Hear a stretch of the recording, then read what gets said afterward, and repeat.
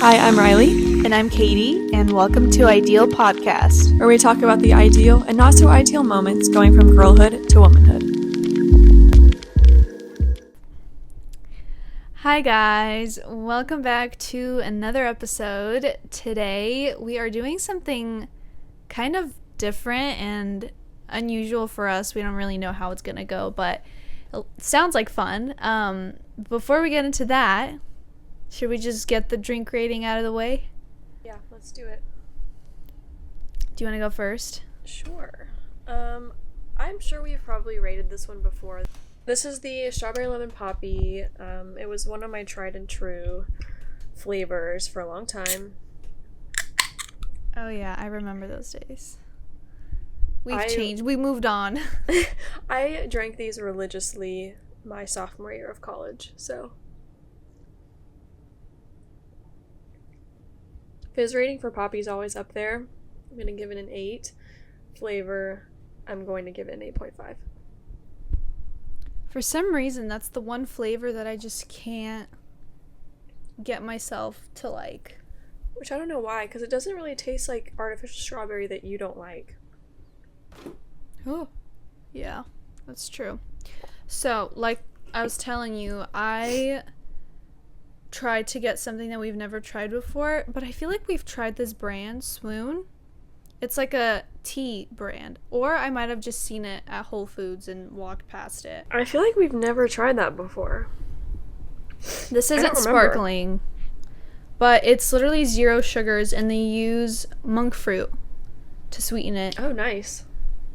So this is half lemonade and half tea. Mm-hmm. Let's give this a try. Ugh. This is harder when you're by yourself. Mm-hmm. Okay. Whoa. So I can't give it a fizz rating because there's no fizz, so 0.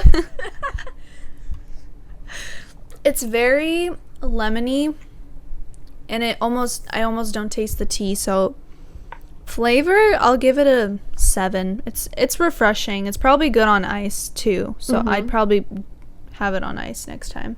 Yeah. I'm super excited about this episode. We've never done anything like this before, and I am always super, interested when I see this stuff like on TikTok or Reels, and it's like a background of something, and then that person's telling you a story that they saw on Reddit, or it's another podcast and they're kind of talking about different stories, and so I'm excited to do this. Yeah, me too. So we went through Reddit. First time using the app.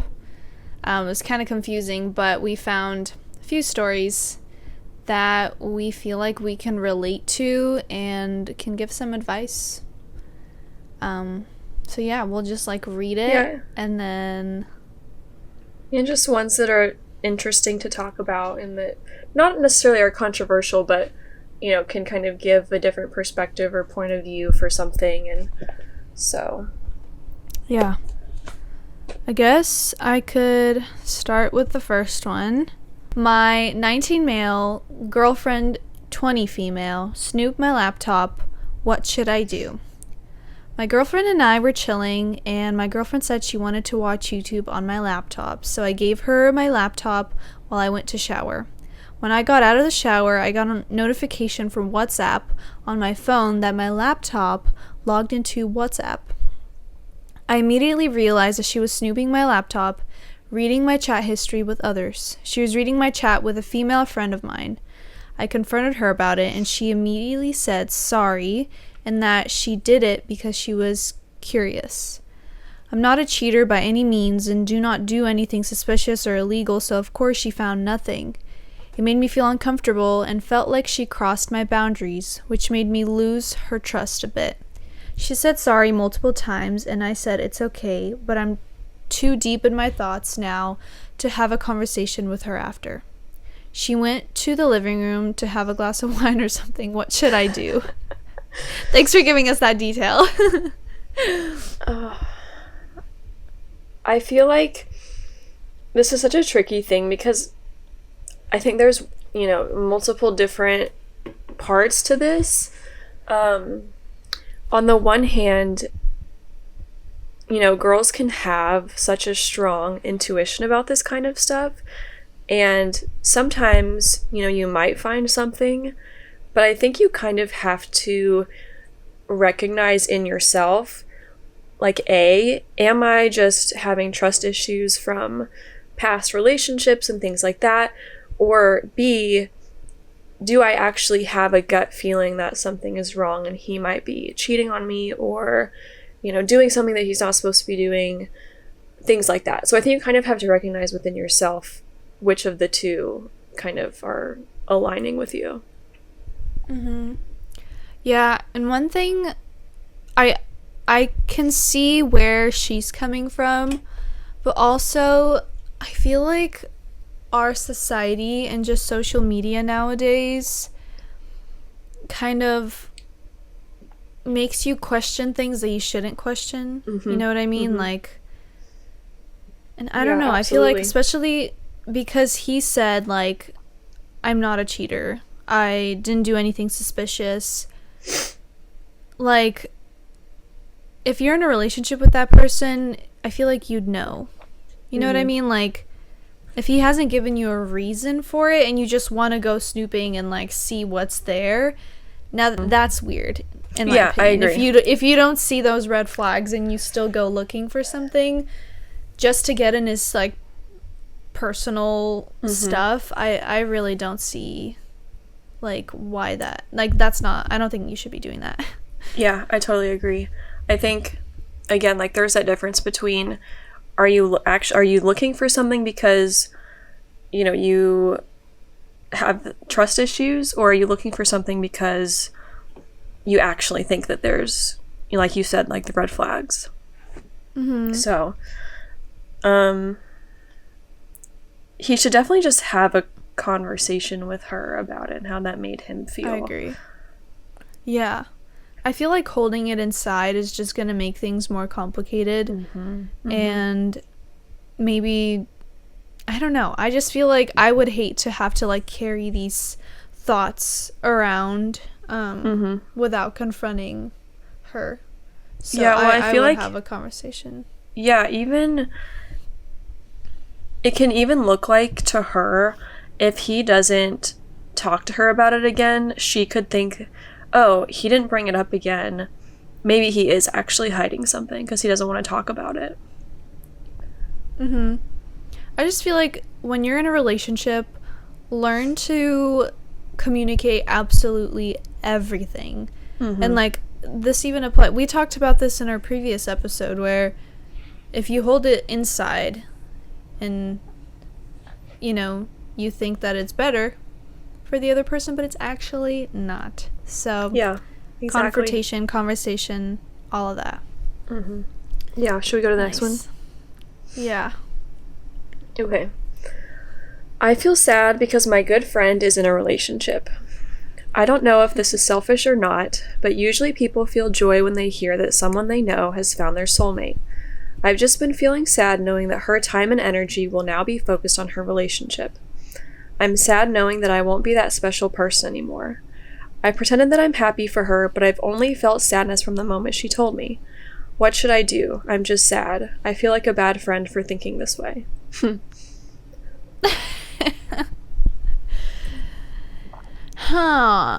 Well, I've been in a similar situation before. I was the one that was in the relationship. And one thing I want to say is that I feel like in the beginning stages of a new relationship, the couple is going to spend a lot of time together because it's new, it's exciting.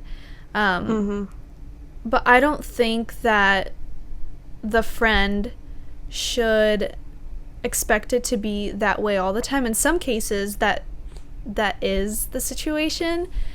But I feel like in most cases, it's like a few months of them, like, you know, spending a bunch of time together, and then it goes back to normal. And at least that's how it was for me. And I feel like there's no need to like overreact, and like, yes, it almost feels like you're losing a friend, but like they're not going anywhere. They're just in a time of their life where it's very exciting, very fun, and I think you just have to let them experience that, because I would hope that the other friend would feel the same way for you if you were in that situation. Yeah. Another thing too is, if it was me, I would kind of give that situations kind of some time to cool off. And then if, a month or 2 months go by and you feel like your friend has not abandoned you, but you kind of just feel left behind a little bit, I would definitely have a conversation with her about it. And just letting her know your feelings. But yeah, off the bat, I would just kind of try to give them their space, because sometimes friends can forget about their other friends when you're in a relationship, and so you kind of you want to have a conversation with her and tell her how you feel, him or her. So yeah, let them know that you feel that way, and hopefully they can see where you're coming from, and devote some more time to you. Yeah, it's kind of a tricky situation, I think. Yeah. And I think if it's a healthy relationship, then your friend will understand how you feel, and she or he, they would know how to make time for you. So yeah, I wouldn't overreact and feel like they're abandoning you, and like Riley said, like, give it some time, and from there see, okay, are they hanging out with me again, or are they just all lovey-dovey and only spending time with their significant other? So yeah, go from there. Yeah. But I feel like this is a very common thing to happen to people. Yeah, I think so. Especially when you're, I think, like high school, college age, it happens a lot more easily just because you get so caught up in your own life. So, yeah. Yeah. The title is, do you guys outgrow your long-term friends? I'm going through this situation right now where I have outgrown my long-term friends whom I thought would honestly be there in my whole life. But now it just feels that we have drifted apart. Our opinions don't match. We don't connect at the same level that we used to. We don't meet them often anymore. I just feel totally distant from them now.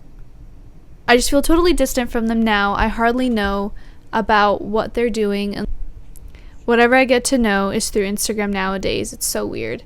Have you guys ever felt this way? If yes, then do tell me your story. It's sad, but I don't know. I feel like every single time that I've outgrown friends that I've had in the past, it was for the better. Like, there were obviously some situations where you're like, man, I wish it was the way it used to be. But for the most part, I think you move on, you grow, and you meet new friends that you can relate to and are in like similar seasons and parts of life that you're at. So I don't know, because when I left to college and then came back, that's when I drifted a lot from friends that I had before I moved, and I'm kind of happy that I'm no longer friends with those people, because I don't know, we just have different values, we live life differently, and why would I want to spend time with people who I don't necessarily agree with or can relate to, or, because even in this situation, it's like your opinions don't match, you don't connect on the same level, so why would you want to continue to be friends with them if you're just in different parts of life? I think part of one of our episodes we talked a little bit about this. I think I specifically said that not every friendship, relationship, person is meant to be in our lives forever, and sometimes they're just there for a season, and that's completely normal and okay. And, in those seasons you learn the things that you learn from those relationships, and then you move on, and you can't really take that personally because, people grow apart and go on different paths, and that's totally normal. Yeah, I agree. Unless you have this, like, strong urge to reconnect, I honestly wouldn't go back to those friendships unless it's like you naturally just, come back together. How do I, 18 female, deal with becoming long distance with my 19-year-old male boyfriend? Anyway, my boyfriend and I have been together for about 5 months, and I would like to believe that both of us are head over heels for each other. We spend every waking second around each other and each hour of the day talking. I mean, like 15-hour dates and then falling asleep on the phone the nights we don't fall asleep together. Issue is, as the summer goes on, he's out of town for a while, 4 weeks to be exact. We've done long distance before. I think it was 3 weeks. I remember it being awful, but this time it's really throwing me for a loop. Our time difference is really only about 2 hours apart, and we still text and call about an hour each night. But I can't shake the feeling that he's acting different or that he'll care about me less because of how busy he is. The thing is we're both busy. I'm working, he's working, and we're both still affectionate and loving over text. And it's not like my feelings have changed. We have about 3 weeks left, 24 days in all, and I need to know that things won't change and that I'm not crazy for being upset he's gone. I really need some advice for people who became long distance after having their relationship in person, and how they go through the first couple of months. This man is the most important thing to me, and that won't change no matter how many miles he's away from me. Whew. I mean, long distance isn't easy. I would have to compile a list of my tips because I feel like I have many. I currently am in a long distance relationship going on February, March, April, May, going on 4 months of not seeing my boyfriend, and then the next time I see him will be November, which will have been 9 months, 8-hour time difference. So my best advice, one, you're not crazy, but my best advice would be to, take the moments of connection and let those ground you, and not let your, either insecurities or anxieties kind of spiral you into, things that aren't necessarily true. Because I think it's very easy to get in your own head and, kind of go down this rabbit hole of, oh, something's off. Oh, because we're not talking as much, maybe he doesn't love me as much anymore. And so you kind of just have to try to avoid doing that to yourself, because it's just self-sabotaging and it's not good. And it's, it's hard to do, but you kind of just really have to, remember to stay in the moment and remember that, he wouldn't be doing long distance with you if he didn't truly love you. So. Ooh, facts. I feel like the way that she feels is like very relatable. There were so many moments in my life during my long distance season where I thought that, like, we're not connecting well, it's not how it is in person, does he love me, does he not, it's just, you get really in your head because you're not getting a normal kind of date / hangout. Like, feeling that way is very relatable, like I said, but what you were saying, Riley, it's like you have to remind yourself that, like, one thing I would do is, like, look at old memories, and, like, whenever you are on FaceTime, make it very, like, be mentally there, get deep, try to open up to each other, don't keep it surface level, because it's very easy to do that, like, oh, what are you doing, what are you doing later, just asking like very surface level questions, but try to get deep And especially because you know what the end date is, that's going to make things a lot easier. Because when you don't know the next time that you're going to see the person, that's when it gets hard, because it just feels like it's dragging on. Like, that's how I feel with you, Riley, right now. Like, I don't know the next time we're seeing each other, and it sucks. Yeah, it does suck. I think something else, too, that I don't think a lot of people realize is when you spend, like, because she mentioned that she would see him, like, every single day, every waking hour, there comes a point where, you know, as a couple, you have to be separated. And if you're not mentally prepared for that, of course you're going to feel like the world is ending, because you're not used to being away from, you know, your person.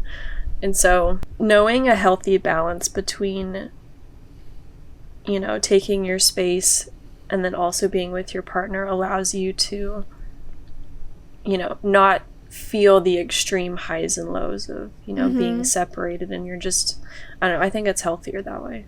This is for any relationship. There has to be a healthy balance of, like, your own life and your relationship, you know, like, your relationship isn't your life, and I would argue until your marriage. Like, when you're married is when you're living for that person to a certain extent, you know? You have to consider their feelings, you have to consider feeding them, like, they're, you know, like, the little details of life. But when you're single or dating, technically you're still single to it. Like, I don't know how to explain it. Like, you're still your own individual person, you're still living for yourself, and I feel like there has to be a good balance.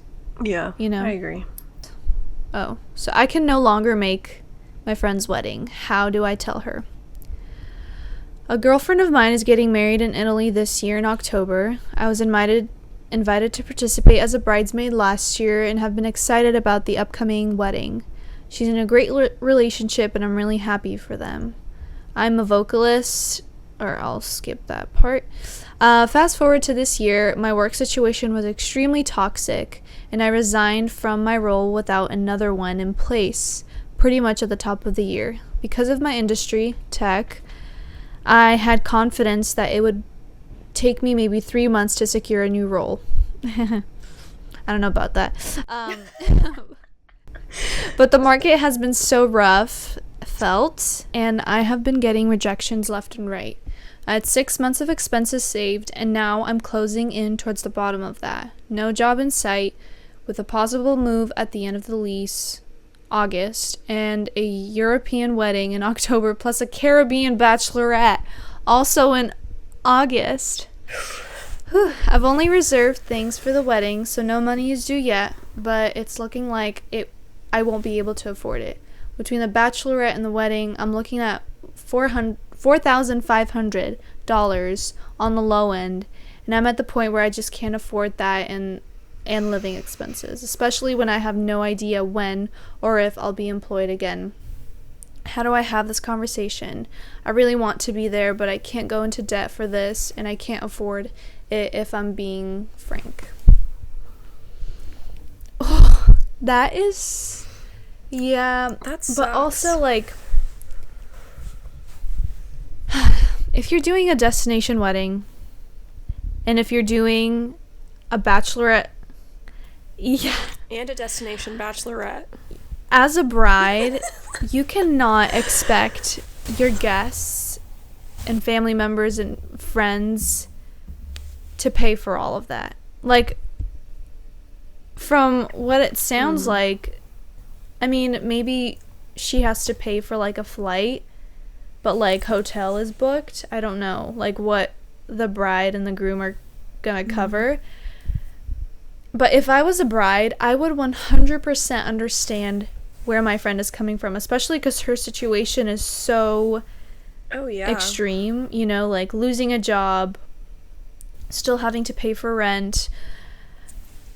And I mean, it's tough out here. Everything is so expensive, and if I was the bride and I really wanted you to be there, I would find a way to pay for you, or somehow, you know, I would totally understand if you or I'd pay for the bachelorette, and I don't know, like, you know, I feel like there's a way to negotiate this and still make it happen, especially because you're a bridesmaid too, so that could kind of make things difficult. Yeah.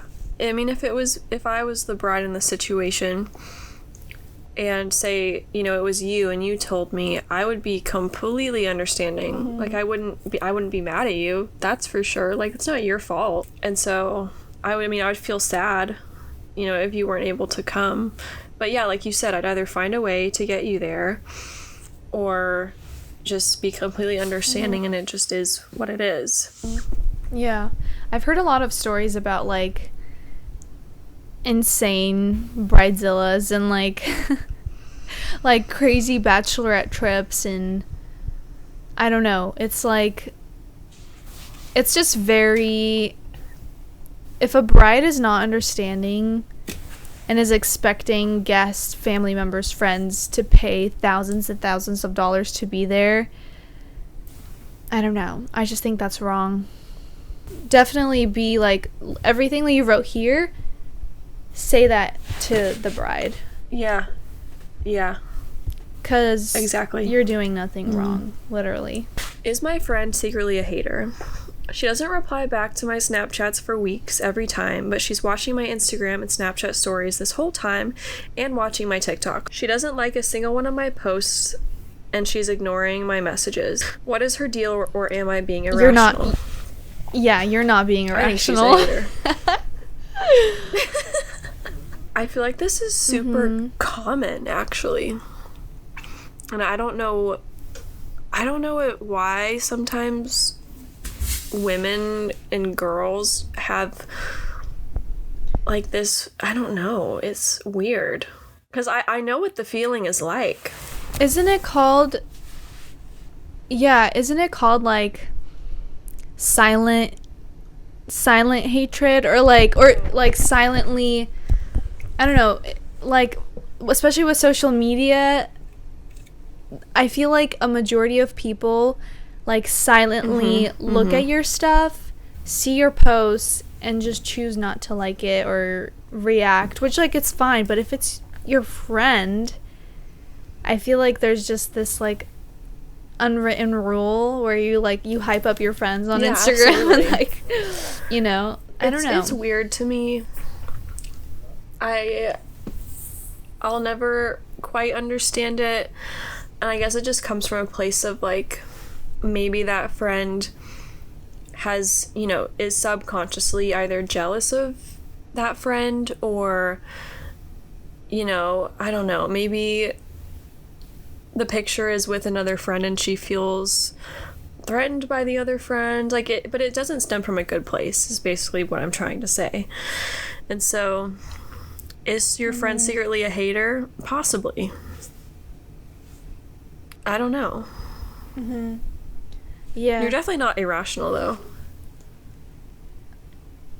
Yeah, because I sent you this one TikTok once, and it was like, the woman was saying, you're not crazy for not wanting to be around certain people, because whatever the person is thinking about you and how they feel about you, like, that is felt. And that, like, I don't know how else to say, but, like, it reflects, and you're able to kind of feel that energy coming from them, which I've experienced before, like, where you almost feel like a person doesn't like you or is judging you, and I think we as humans can feel that like energy coming from them. So I don't, like Riley and I are both saying, this is not irrational at all, and if a friend isn't acting the way that they normally do, something is going on. You don't know what Riley's This one's hilarious.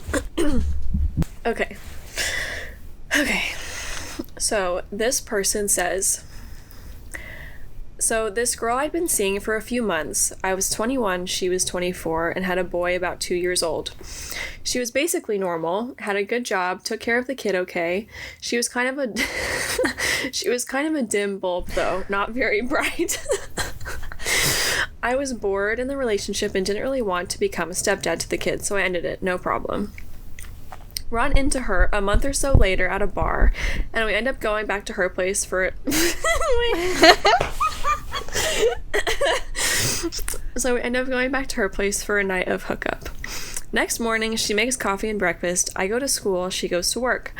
I get incredibly sick on the way to school, throw up multiple times, make it to school still puking, find the nurse in medical office, and vaguely recall being loaded into an ambulance. Come to the hospital, a doc tells me I OD'd on an enormous amount of meth and had about 5 minutes left to live before they figured it out. Is he asking for advice or what?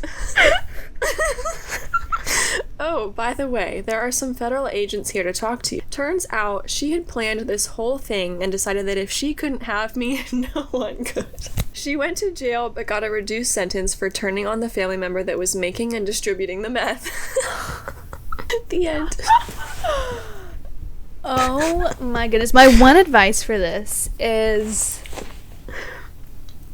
don't have one night stands or don't hook up with people you don't know, because Yeah, that's kind of terrifying. I've also, Glenn Powell, he went on that talk show interview podcast. Was it with Jake Shane? Yeah, and he said this insane story how his sister's friend went on a date with like a serial killer or like a guy who eats girls. Like it was like insane. I was listening to it and my jaw dropped, and I'm like, Yeah, that's crazy. I would never go home with, I would just never think about going into someone's house when I just met them. Like, that's just scary. I mean, there's so many horror stories. Exactly. Ugh, yeah. Anyways, I hope you guys enjoyed that. I feel like we'll probably do this again at some point with different topics, maybe more, catered towards something else. Yeah. But we might do this again. Yeah, this was a lot of fun and very lighthearted, and yeah, maybe, and I feel like it'd be cool if we actually got stories from people who follow us and listen to our stuff, because this is anonymous, so no one's gonna know. So if you liked this episode, give us a rating, preferably 5 stars on Spotify. Subscribe and like our videos on YouTube, and follow us on Instagram. Bye! That was fun.